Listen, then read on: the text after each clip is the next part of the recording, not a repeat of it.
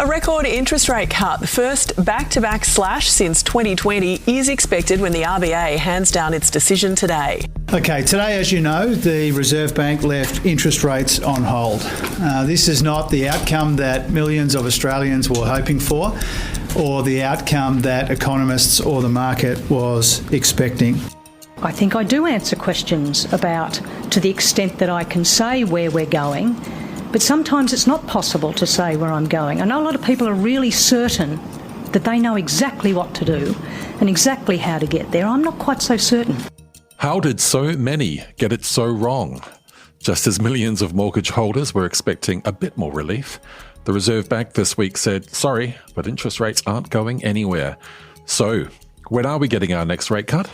And what does on hold mean for housing markets?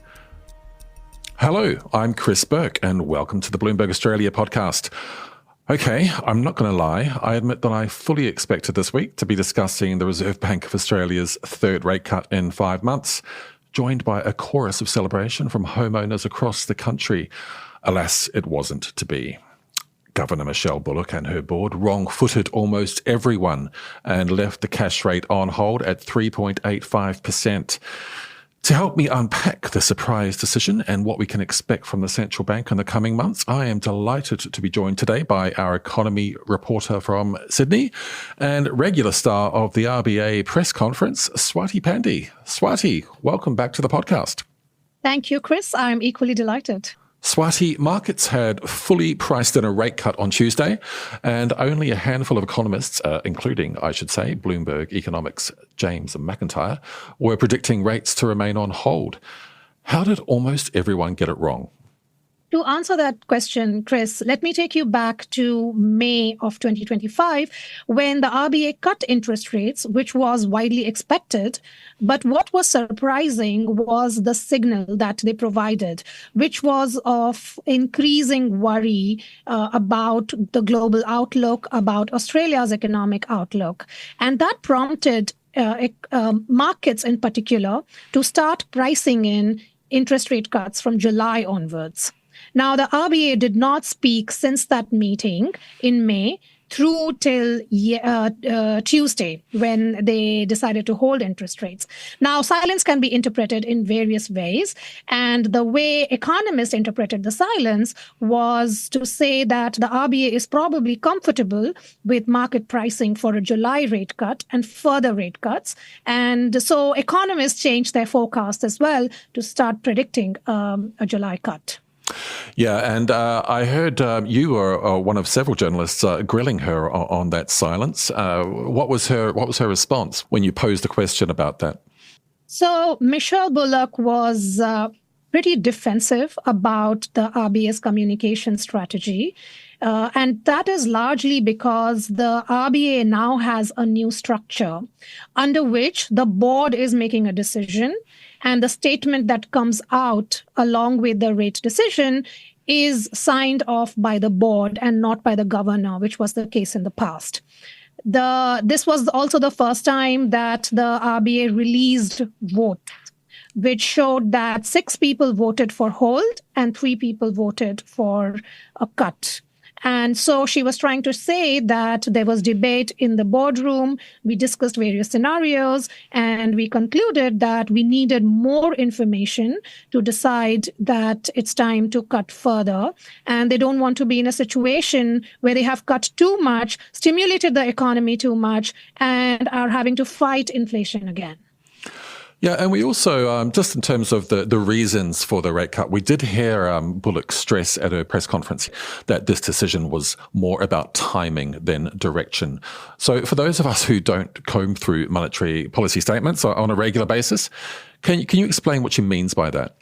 Yeah, sure. So she is basically trying to say that interest rates are on the way down. So the direction is down. We will have cuts. It's just the timing. So just because the RBA did not cut in July, that does not mean that cuts will not come.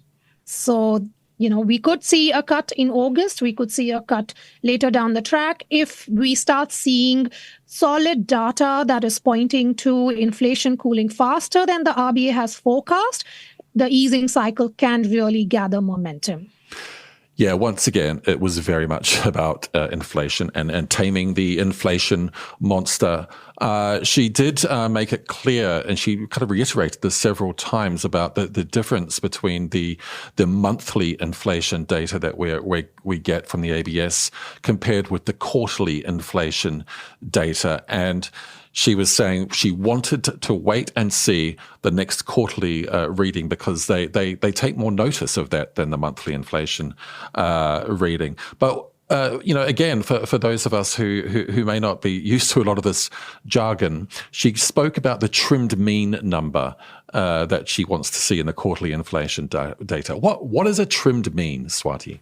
So trimmed mean is also known as underlying inflation, also known as core inflation. It is RBA's preferred gauge of prices. It takes out volatility. So it takes out a lot of price gauges which tend to be volatile in nature or where price movements are really sharp. So, for example, let's say there's floods in Queensland and banana production is affected. As a result, banana prices surge. So the headline inflation will go up very sharply. Yep. But trimmed mean inflation will not, because it will strip away that volatility. So it kind of provides a clearer reading of where prices are. It provides a better trend of where prices are. And the RBA can then look through some of their short-term temporary impacts that are happening around the economy. Yeah.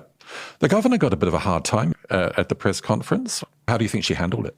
She did get a hard time. I do agree with you.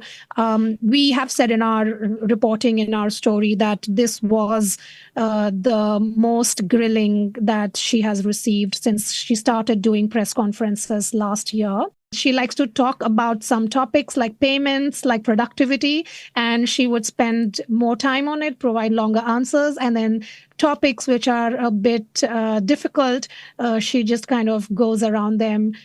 She does try to answer as much as possible, but yeah, she's definitely good at dodging some of those difficult ones. So the next RBA decision is in around 5 weeks. What are we going to see before then that could make the board sit up and say, yep, this time we're going to cut? So the biggest one, which you alluded to, Chris, just a little while ago, is inflation, quarterly inflation, the trimmed mean number. We are expecting that data to come out later this month at the end of July. And that is going to be the figure which will break or make expectations. And if it is 2.6 or below, we will see a rate cut most likely in August. If it is a higher number, then forget about it. So everybody should wait and watch for that trimmed mean figure and keep their fingers crossed for it to be at 2.6 or below. What about markets? Have they changed their minds? What are investors now expecting the RBA will do this for the rest of this year, according to what are the latest stats on the Bloomberg terminal? They surely have. So before Tuesday's rate decision, markets were very confident. Australia would have 3 interest rate cuts in 2020, 3 more interest rate cuts in 2025. And at the start of 2026, interest rates would be below 3% from 3.85. And now the expectation is for 2, and the third cut has been pushed back to 2026. So markets have definitely listened to Michele Bullock, and they have trimmed their expectations. But again, when we get inflation report at the end of July, those pricing would shift. When we come back, how is all this will they, won't they rates talk impacting our favourite topic, the Australian housing market?